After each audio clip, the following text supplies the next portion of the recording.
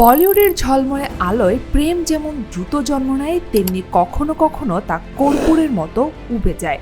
রূপালী পর্দায় যাদের রসায়ন দেখে দর্শক মুগ্ধ হন, ক্যামেরার পেছনের গল্পটা সবসময় ততটা মসৃণ হয় না।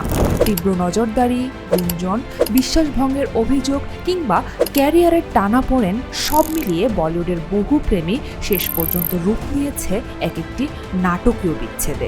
একসময় রণবীর কাপুর ও দীপিকা পাড়ুকোনের প্রেম ছিল তরুণ প্রজন্মের কাছে রূপকথার মতো, কিন্তু সেই রূপকথা হোঁচট খায় বিশ্বাসভঙ্গের অভিযোগে। বিচ্ছেদটা এতটাই আলোচিত ছিল যে দুজনের ব্যক্তিগত জীবনেও তার গভীর প্রভাব পড়েছিল।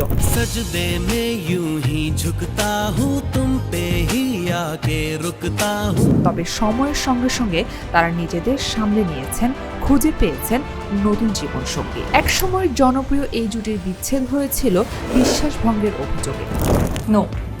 I don't know. Oh God. বিচ্ছেদের পর দীপিকা দীর্ঘ সময় অবসাদে ভুগেছিলেন। তবে সময় বদলেছে। বর্তমানে দীপিকা পাড়ুকোন এখন অভিনেতা রণবীর সিং এর সাথে সুখী দাম্পত্য জীবনে আছেন এবং সম্প্রতি তারা মা বাবা হয়েছেন। অন্যদিকে রণবীর কাপুর বিয়ে করেছেন অভিনেত্রী আলিয়া ভাটকে। তাদেরও একটি কন্যা সন্তান রয়েছে। অন্যদিকে সালমান খান ও ঐশ্বরিয়া রায়ের প্রেম ও বিচ্ছেদ বলিউডের ইতিহাসের অন্যতম বিতর্কিত অধ্যায়। যেমন তীব্র ছিল তাদের আবেগ, তেমনি আলোড়ন তোলা ছিল তাদের বিচ্ছেদ। When I get that opportunity, I tell the truth as is, and then it's left to you to believe. আজও এই সম্পর্কের শেষ নিয়ে বলিপাড়ায় নানা গুঞ্জন ও বিতর্ক ফিরে ফিরে আসে। বর্তমানে ঐশ্বরিয়া রায় বচ্চন পরিবারের পুত্রবধূ। অভিনেতা অভিষেক বচ্চনকে বিয়ে করে তিনি সংসার ও সন্তান নিয়ে ব্যস্ত। So more than happy to celebrate here with the family. অন্যদিকে সালমান খান আজও বলিউডের মোস্ট এলিজেবল ব্যাচেলর হিসেবেই রয়ে গেছেন।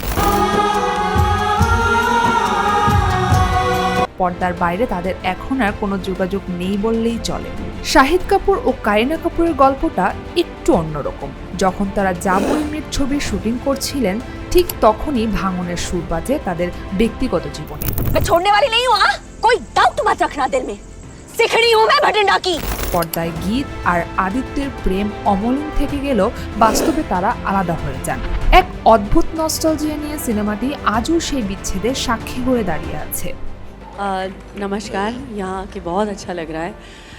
I am so happy. Kareena Kapoor এখন অভিনেতা সাইফ আলী খানকে বিয়ে করে 2 সন্তান নিয়ে রাজকীয় জীবন কাটাচ্ছেন।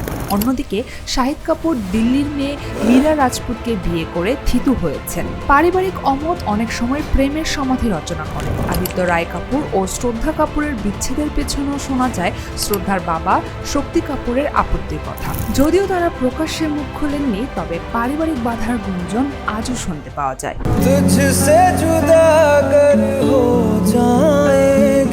অনুরূপ ঘটনা ঘটেছিল কয়েক দশক আগে। কিংবদন্তি দিলীপ কুমার ও মধুবালার গভীর প্রেম ভেঙে যায় মধুবালার বাবার জেদের কারণে। মুঘল-ই আজমের শুটিং চলাকালীন তাদের সম্পর্ক এতটাই তিক্ত হয়ে উঠেছে তারা একে অপরের সঙ্গে কথা পর্যন্ত বলতেন না।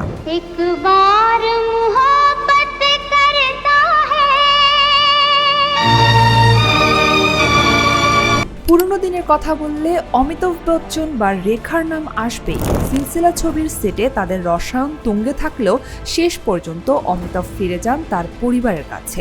অমিতাভ বচ্চন যখন বিবাহিত, তখনই রেখার সাথে তার প্রেমের গুঞ্জন চরমে ওঠে। রেখা এরপর আর কখনো বিয়ে করেননি। তার সিথির সিঁদুর কিংবা জনসমক্ষে একাকী উপস্থিতি আজও সেই অপূর্ণ প্রেমের নীরব ইঙ্গিত দেয়। পর্দায় প্রেমের দৃশ্য যতই নিখুঁত হোক, বাস্তবের গল্প সবসময় ততটা মসৃণ হয় না। বলিউডের এই গল্পগুলো আমাদের মনে করিয়ে দেয় যে আলোর নিচে সবসময় ছায়া থাকে। তারকাদের জীবনের এই ভাঙা গড়ার গল্পগুলোই তাদের আরও বেশি রক্ত মাংসের মানুষ হিসেবে আমাদের সামনে তুলে ধরে।